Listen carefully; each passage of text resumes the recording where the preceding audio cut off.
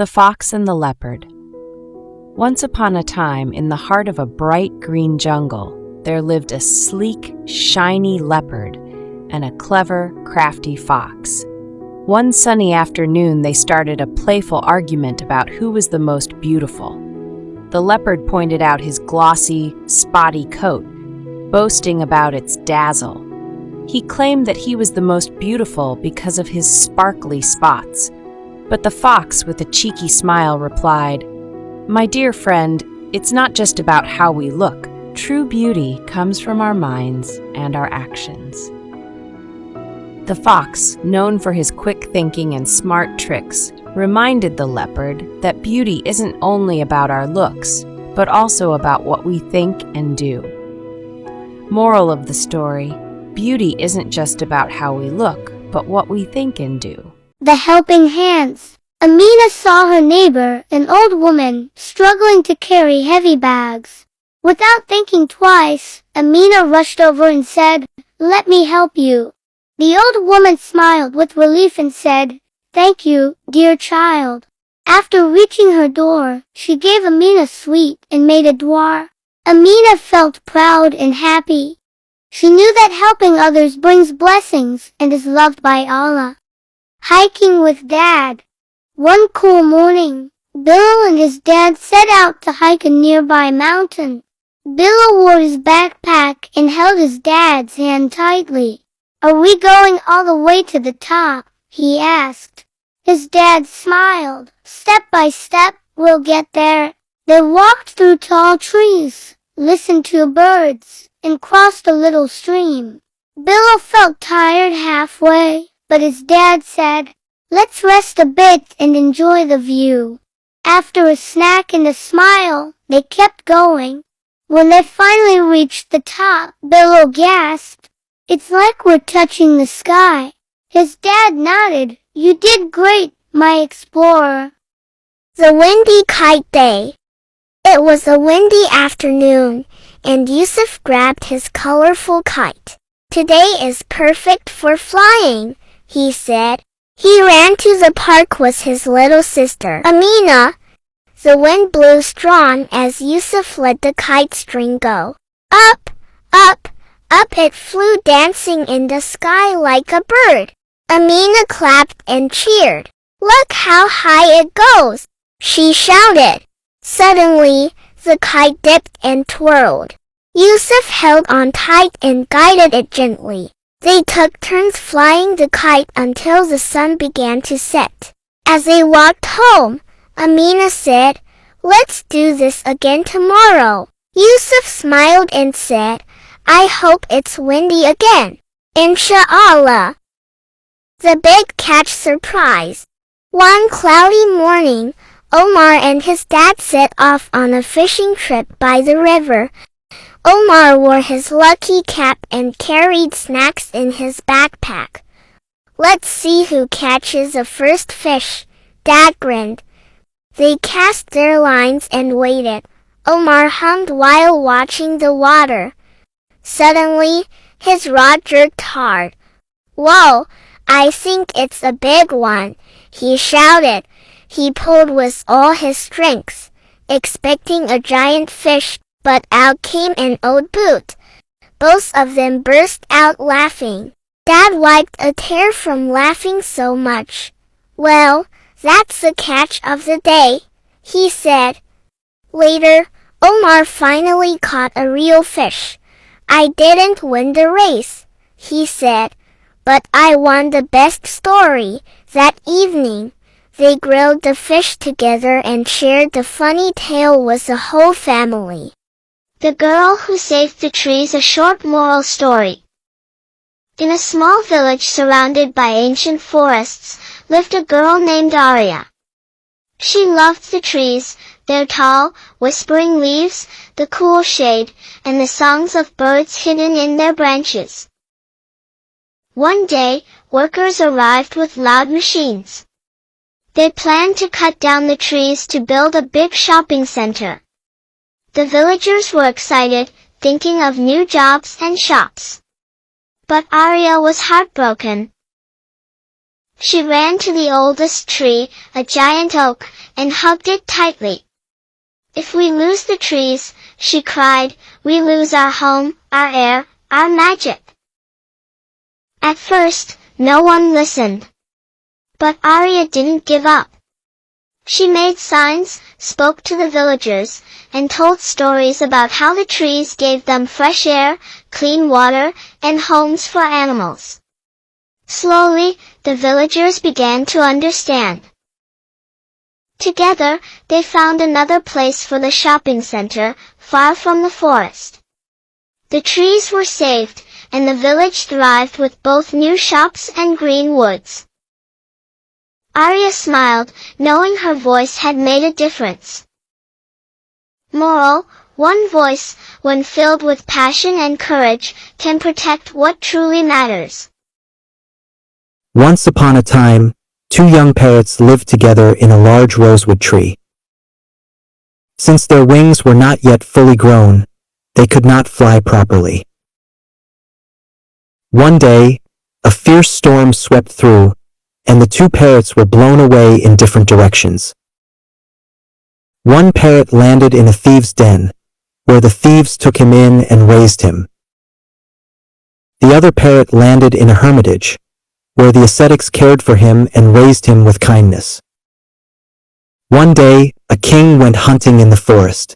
Feeling tired, he rested under a shady tree near the thieves' village.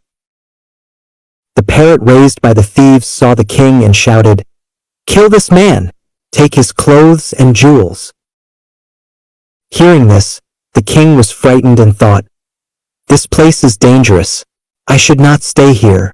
He quickly left and continued his journey. Later, the king arrived at the hermitage and stopped to rest. The parrot raised by the ascetics saw him and greeted him warmly, saying, "Welcome, great king, please rest here. Drink this cool water and enjoy these sweet fruits." The king was pleased and said, "Dear parrot, the other parrot I met earlier was not like you. He was rude and violent. But you are so gentle and kind."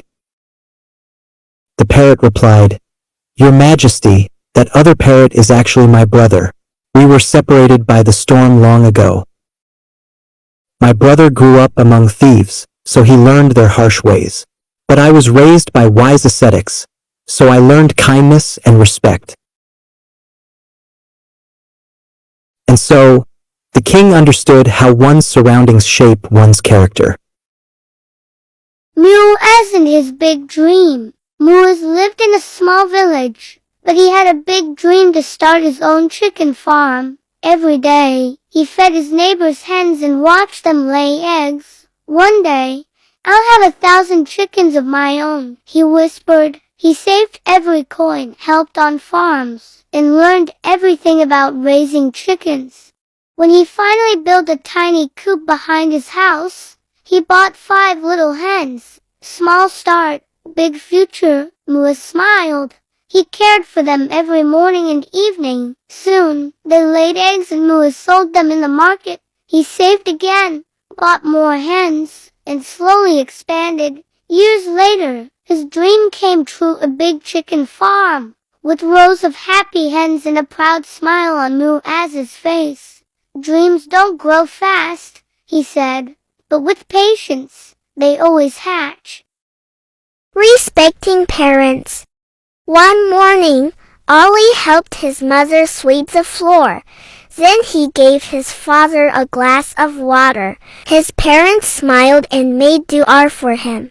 Ollie said, "I love helping you." His father said, "The Prophet told us to always respect our parents." Ollie felt happy and promised to help them every day.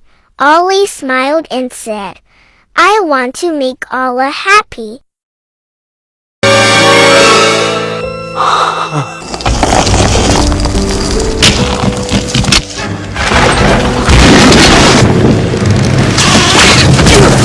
Give me the whip. Throw me the idol. Throw me the idol. I throw you the whip. Give me the whip. Adiós, señor.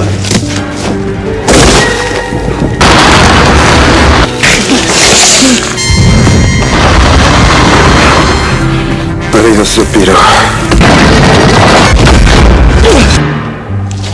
You chose the wrong friends. This time it will cost you. Too bad the Jovitos. You could warn them if only you spoke Jovitos. Wakano Matuso! Robata!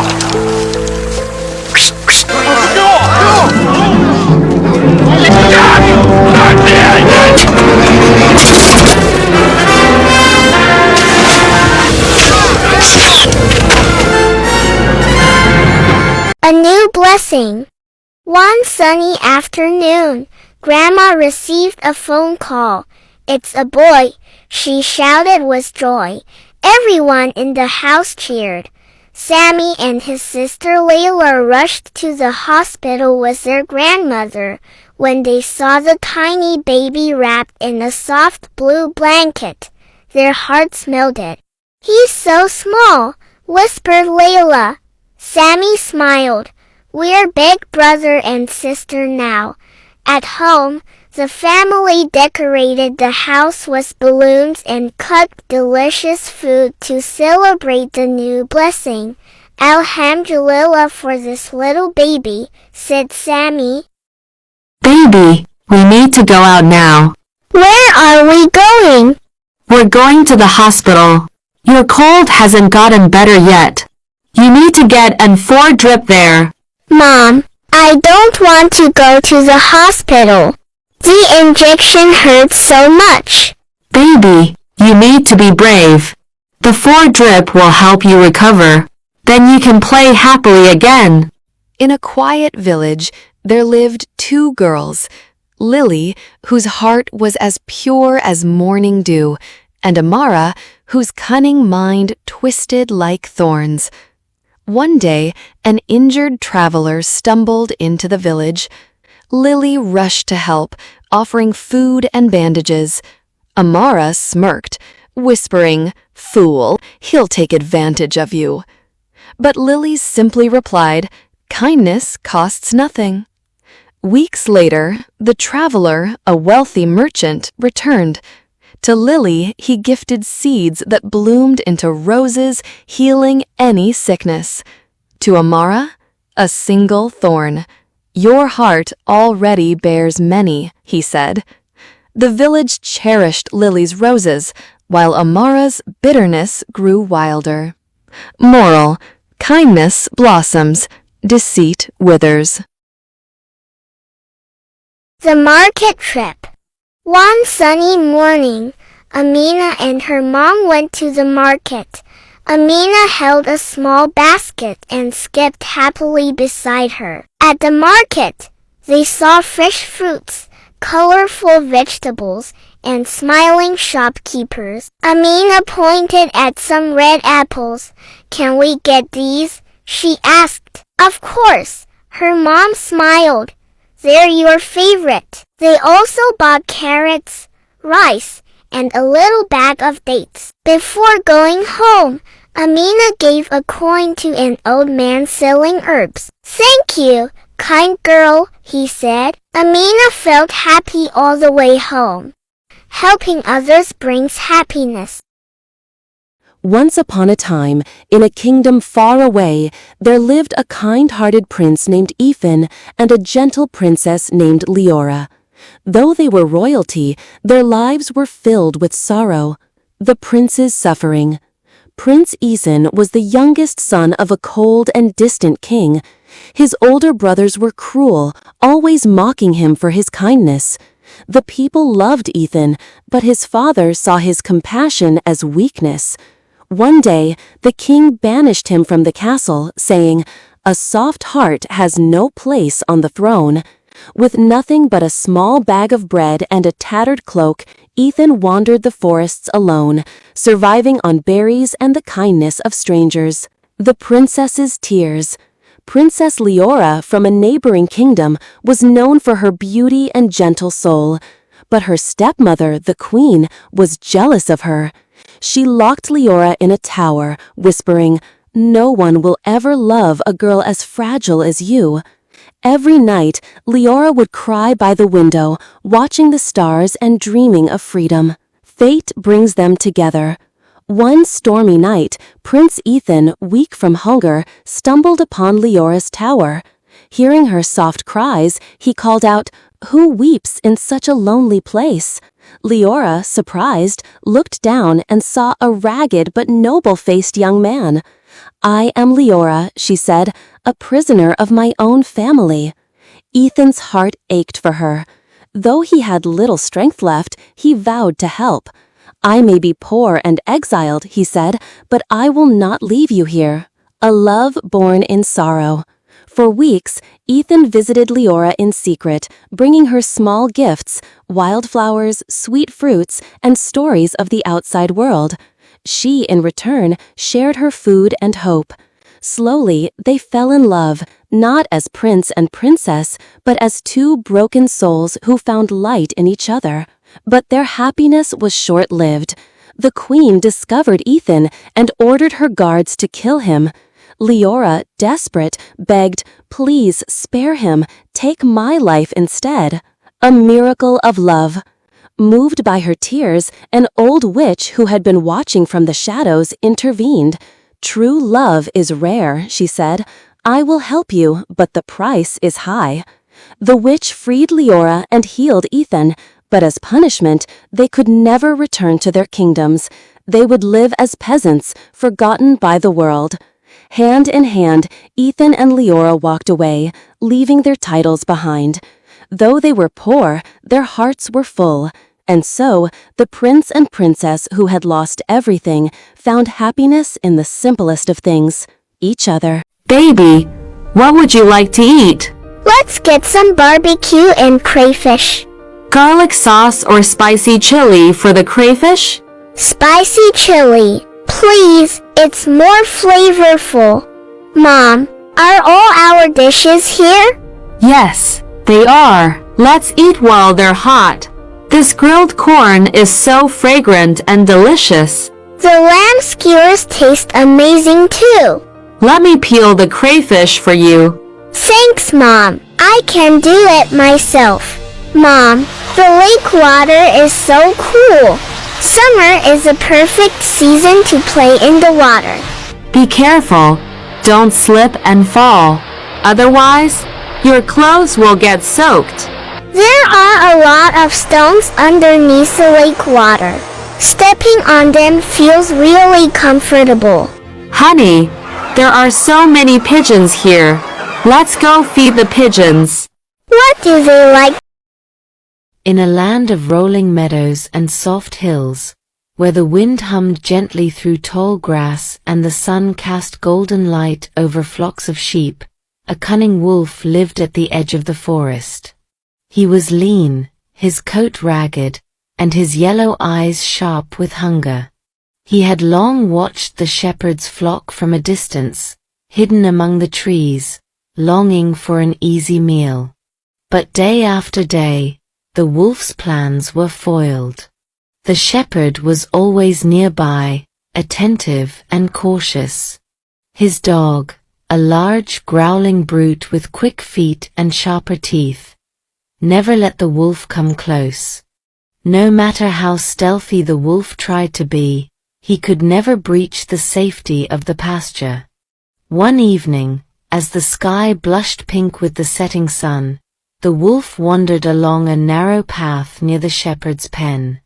There, lying on the ground beside a bush, was something curious, a sheepskin, freshly removed and carelessly discarded.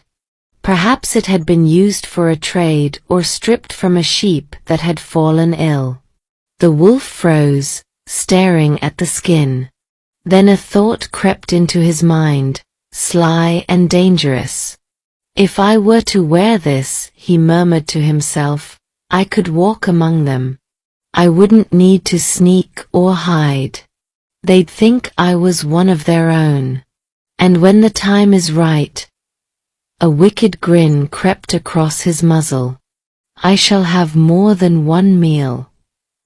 Under the light of the moon, the wolf began to work. He pulled the sheepskin over his back, tucking in his paws and smoothing the wool around his face. It wasn't perfect. His legs were longer, his snout sharper, but in the haze of morning or from a distance, he looked remarkably like a real sheep. At dawn, he approached the flock, walking slowly, carefully, trying to mimic their gentle gait. The sheep were sleepy and paid him little mind. The shepherd glanced over his flock with a tired eye, counting the woolly backs. Seeing nothing unusual, he turned away to prepare for the day. And so, the wolf joined the flock. All day he grazed among them, pretending to chew grass, keeping his head low. The sheep grew used to his scent and his presence. He listened to their bleating, learned how they moved and spoke. For days he returned, wearing the same disguise, biding his time. At night, he followed them into the pen, heart pounding with excitement. Soon, he thought, I'll choose the fattest one. I'll strike when they're asleep, and be gone before sunrise. But fate had other plans. That very evening, the shepherd received word that his cousin would visit and join him for supper. Wanting to serve a fresh roast, the shepherd went into the fold with a lantern in hand to choose a sheep for the meal. It was late, and the animals were quiet. The shepherd, not wanting to disturb them too much, looked for one that was already near the edge, one that looked plump and slow. His eyes fell on the wolf in disguise. "Ah, there's a good one," he whispered, reaching down and grabbing the fake sheep by the fleece. The wolf tensed but dared not move. He could not cry out. If he did, he would be exposed. The shepherd carried him to the barn, tied his legs, and prepared his tools. It was only when he began to trim the fleece that he saw what lay beneath, the coarse, matted fur of a wolf. With a cry of shock, the shepherd stumbled back, lantern falling to the ground. "By the gods," he muttered.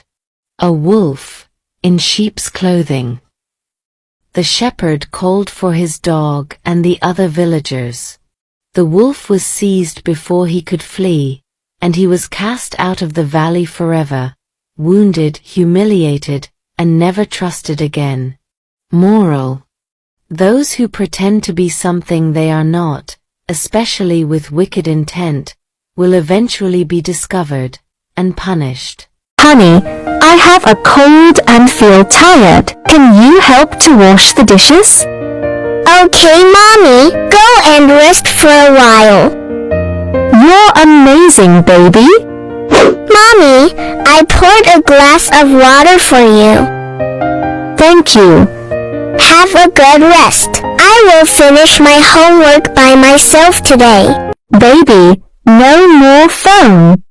But I want to watch cartoons. Did you finish homework? Not yet. Just 5 more minutes, please. No more screen time now. Hand it over. Okay, but can I read a story later? Yes, let's do homework first, then story time. Mommy, I have bad news. I broke the vase. Sweetie, are you okay? Did you get cut? No, I'm fine. Good. I'm proud of you for being honest. That's very important.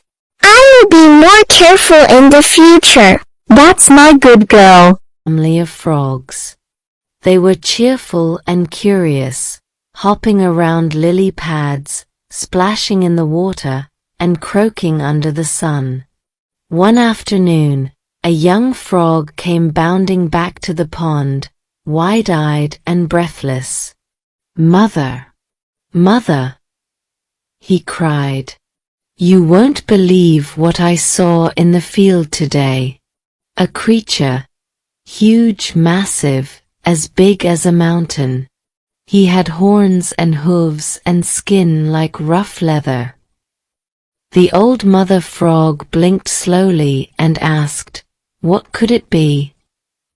They called it an ox, said the young frog, still amazed. It was being led by a farmer. Compared to him, we are like pebbles to a boulder. Now the mother frog, though wise in her own ways, had a terrible flaw. She was filled with pride. She puffed up her chest and said, "Nonsense. He can't be that big. Watch this." She took a deep breath and puffed herself up. Was he as big as this? No, mother. Much, much bigger, said the young frog. The mother frog grunted and puffed herself up even more. Now? Bigger than this. Still bigger, the little frog insisted. Angrily, the mother frog took in all the air she could and stretched her body until her skin was tight. What about now? She squeaked. But before the little frog could answer, pop, the mother frog burst. Moral of the story: pride and envy can lead to destruction. Don't compare yourself to others just to feel bigger. True greatness doesn't come from pretending. It comes from being content with who you are. Once upon a time in a quiet forest, a little bird was flying around, searching for food. After a long day, she found a single grain, just enough to feed her hungry chicks waiting in the nest. But as she flew home, the grain slipped from her beak and got stuck inside the hollow of a large tree. The bird flew to the tree and said politely, "Please return my grain. My babies are waiting to eat." The tree chuckled and replied, "Why should I give it back? It's just a grain. Go away." The bird felt helpless, but not for long. She flew to a carpenter nearby. "Please cut down that tree," she begged. "It stole my grain and won't return it." The carpenter laughed. "Cut down a whole tree for one grain? That's ridiculous." The bird's eyes filled with anger. But she didn't give up. She flew to the king's palace. She bowed and said, "Your Majesty, the carpenter won't cut the tree that has stolen my grain. Please punish him." The king looked at the tiny bird and said, "You came all the way here for a grain of food? I have no time for such small matters." Tears welled up in the bird's eyes. She flew away silently, but her heart was burning with determination. The next morning, the bird flew to the elephant handler and said, "Tomorrow, when the king rides the elephant, make sure he falls off." The handler was shocked. "What? Why would I do that?" The bird explained.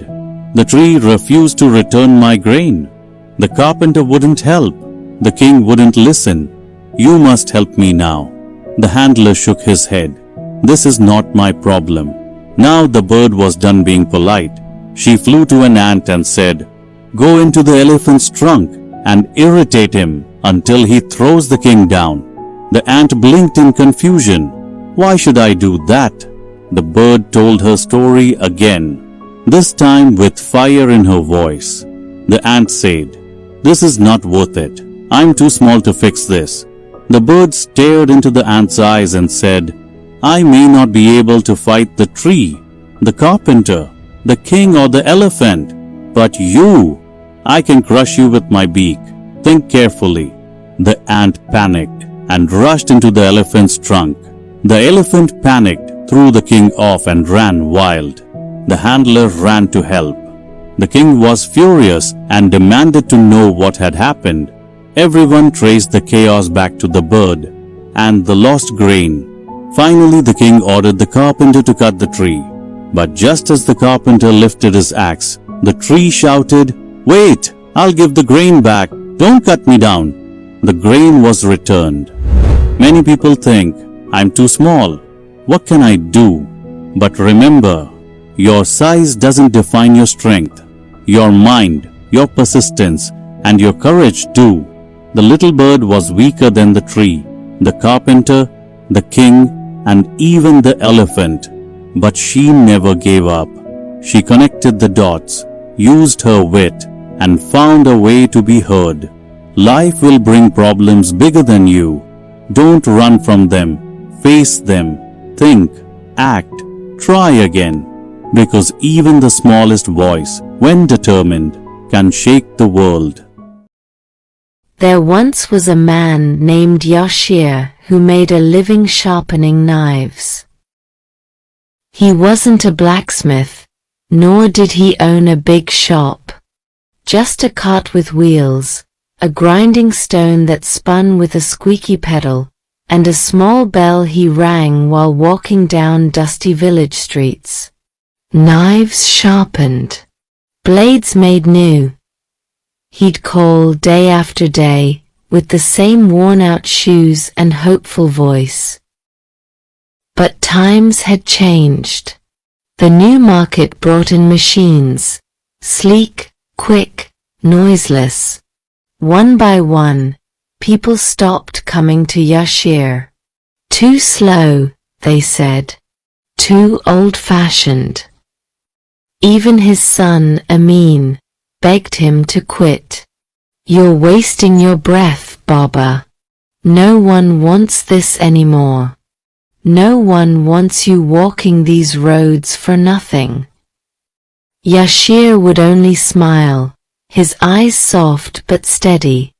Maybe today, he'd say, one knife will need me. Days passed. Then weeks.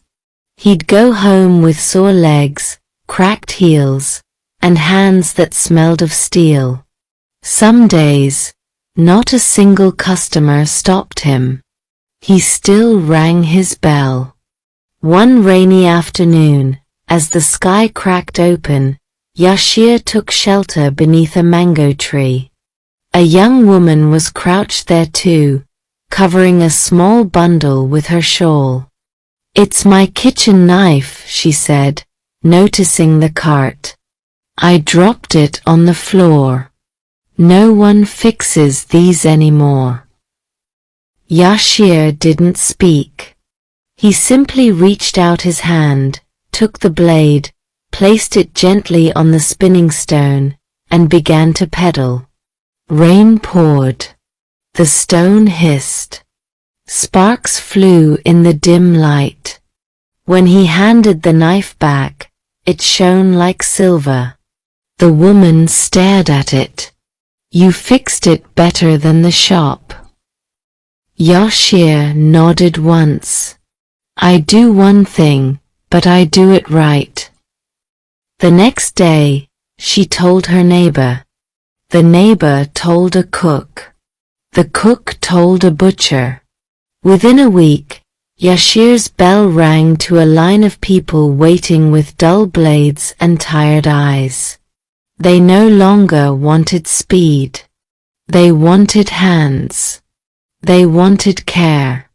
One evening, Amin walked past the cart, now surrounded by customers.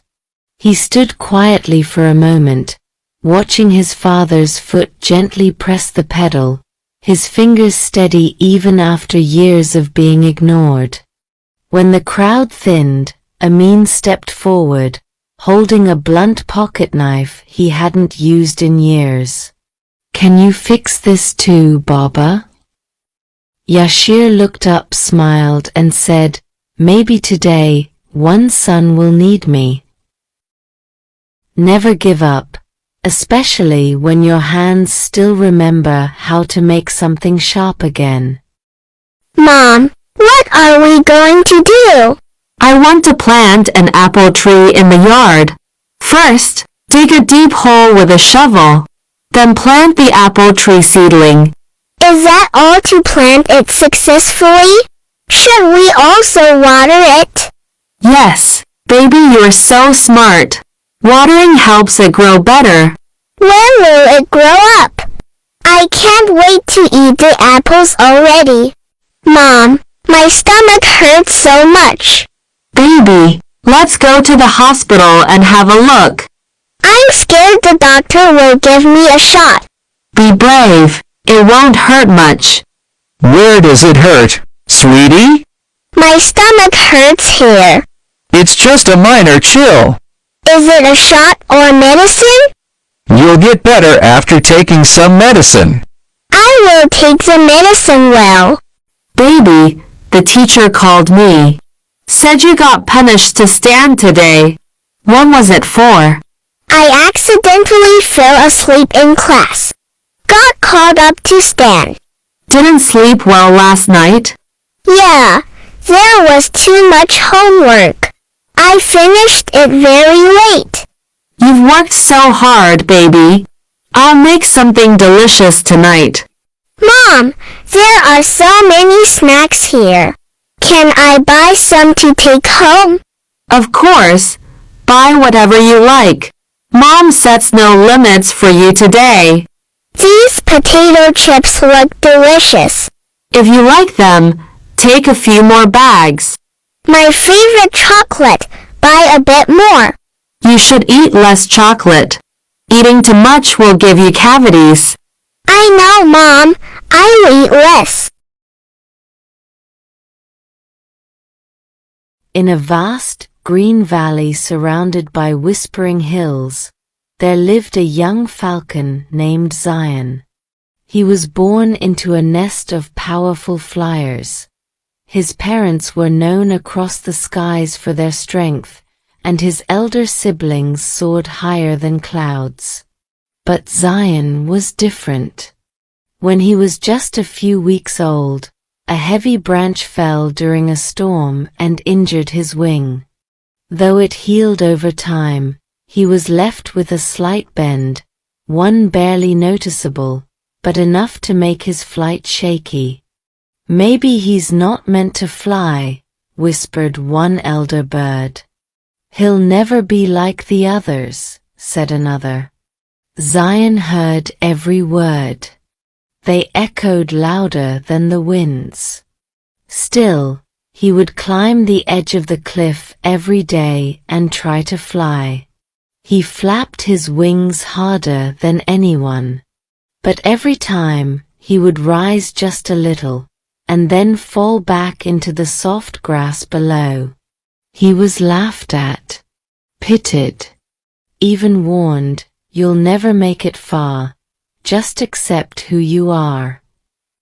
One evening, while everyone rested, Zion wandered farther than usual and met an old eagle sitting quietly on a stone. "You're the falcon who can't fly," the eagle said. Zion looked down. "That's what they say." "And what do you say?" the eagle asked, eyes sharp. Zion hesitated, then whispered, "I want to believe I can. But maybe they're right." The eagle stood and spread his massive wings. "Let me tell you something," he said. "When I was young, I had a broken leg. They said I would never stand tall. But I did. Not because I was stronger, but because I stopped listening to them and started listening to me." Zion's eyes widened. "You see," the eagle continued, "the world often puts a mirror in front of us and says, 'This is you.' But that mirror? It reflects their fear, not your truth." He paused. "The day you believe in your own wings, not just flap them, is the day you'll truly fly." Those words planted something in Zion's heart. Not confidence, not pride, but belief, the kind that grows quietly inside, like fire in the cold. From that day, Zion trained not harder, but differently. He studied the wind. He listened to his body. He fell again and again, but now each fall taught him something new. And then one morning, as dawn painted the sky, Zion stood at the edge of the cliff. The valley was quiet. No one watched. no one expected. He closed his eyes, remembered the eagle's words, and leaped. This time, the wind caught him just right, and he flew, wobbly at first, then steady, then higher, and higher. The valley below became a blur, and the sky opened its arms wide for him. He returned hours later, exhausted, trembling, but smiling. From that day, Zion was never called the falcon who couldn't fly. He became a legend, not because he was the fastest, but because he dared to believe when no one else did. Reflection. If we look at our own lives, there are moments when people make us feel like we're not enough, not smart enough, not talented enough, not strong enough. And slowly, we start to believe them. But the truth is, you become what you believe about yourself. The world will always have opinions. But your belief? That's the fuel that shapes your reality. Zion didn't grow a new wing. He didn't get a miracle. He simply stopped listening to doubt and started listening to the quiet voice inside that said, "Try again." And that changed everything. Believe in your wings, even if they've been broken. Because even broken wings can fly, if the heart behind them refuses to give up. Not having to go to school feels really good. Can sleep until waking up naturally. No more annoying alarm sounds. Looks like you slept well. Go wash up and get ready for breakfast. There are your favorite fried eggs. Wow, I want to eat too. Okay, I'll cut a few slices of bread for you too. Mom, your cooking skills are as good as always. Thank you for the compliment, baby. Honey, how did the exam go? Were the exam questions difficult? The other subjects were okay. The math questions were very hard. I'll probably fail the exam. What about your desk mate? How was her math exam? She didn't do well either. The questions were set too difficult. It's okay. Just keep working hard. There was a laundryman and a potter in a city. They worked hard. They were neighbors and had been good friends when young. The potter didn't become rich, but the laundryman's life became better and better. So the potter became jealous and stopped speaking to his old friend. He grew to dislike everything about him. Each night, he would lie in bed, unable to sleep. He would shake his fist in the dark and mutter, "That good for nothing. Why is he getting richer day by day? I have skills and work hard, yet I'm becoming poorer." Finally, he came up with a plan to cause the laundryman to lose everything. The next morning, he stood in a busy street that the king passed through on his elephant. When the king approached, the potter shouted, "It's shameful. Look at our great king riding such a dirty black elephant." Especially when the laundryman could have cleaned it. The king, who had no brains, stopped his elephant at once. He asked, "Good citizen, you're right. But where can I find this laundryman who can clean my elephant?" "Oh, your majesty," the potter replied. "There are many kinds of soap and alkali. Only a laundryman knows their properties. A skilled laundryman, using special soap and alkali, can wash your majesty's elephant white. Don't worry, I know such a laundryman. He happens to be my neighbor." The king was pleased and rewarded the potter with a ruby ring. Excited at the thought of a white elephant, the king turned back to the palace. He immediately summoned the laundryman and said, "Take my elephant and wash it. Bring it back white in 7 days." The laundryman quickly realized it was the potter's doing. As he hesitated, the king became impatient and threatened him. "Washer, are you refusing? Do you want to keep your head?" "My lord," the laundryman replied, "it's an honor and joy to serve you. But I need a tub big enough to hold the elephant." The king agreed and ordered the potter to make such a tub. The potter worked for many days. When the tub was ready, the laundryman led the washed elephant towards it. But as soon as the elephant stepped in, the tub broke into pieces. "Potter, make it thicker," the king commanded. No matter how thick it was, it broke under the elephant's weight. The potter kept making thicker tubs, until he went bankrupt and died of a broken heart. In life, jealousy is a dangerous thought. It can lead you to ruin. Everyone has their own strengths.